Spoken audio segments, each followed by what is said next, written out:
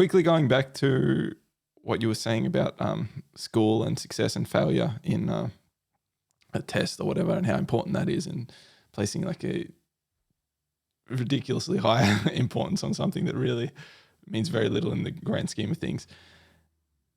Regardless what you're doing, if you just look at it as I succeeded or I failed at this one thing, you're missing out on everything else you gained along the way.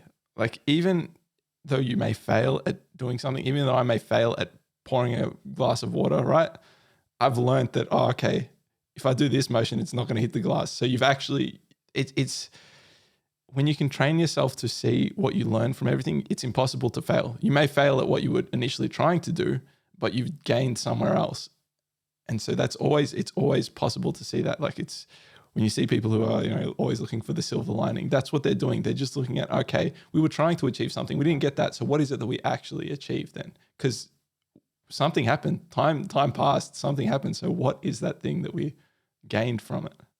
Yeah, it's a good point. I think we touched upon this in another episode, or if we haven't, I'm sure we will in the future. So I would say, it's really how you depend what is success and what is failure.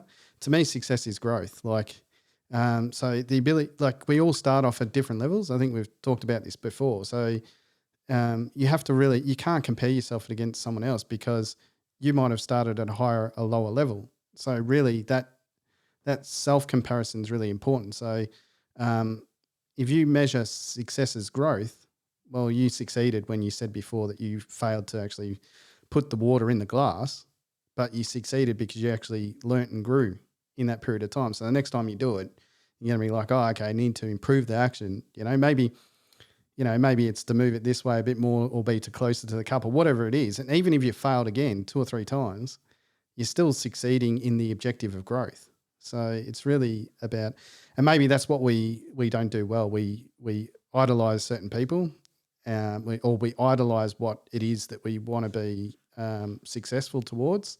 So whether they be rich, famous, these are common ones. And so we tie our level of success to how close we are to that, rather than just the individual growth that you actually have. And maybe that gets overlooked. Yeah. And if you really want to see that in action, watch a young child trying to learn to do something. Or if you're more interested in computers, watch a machine learning computer trying to do something. You see it fail a whole bunch of times, but eventually it gets there. So Yes. it's really cool to see that.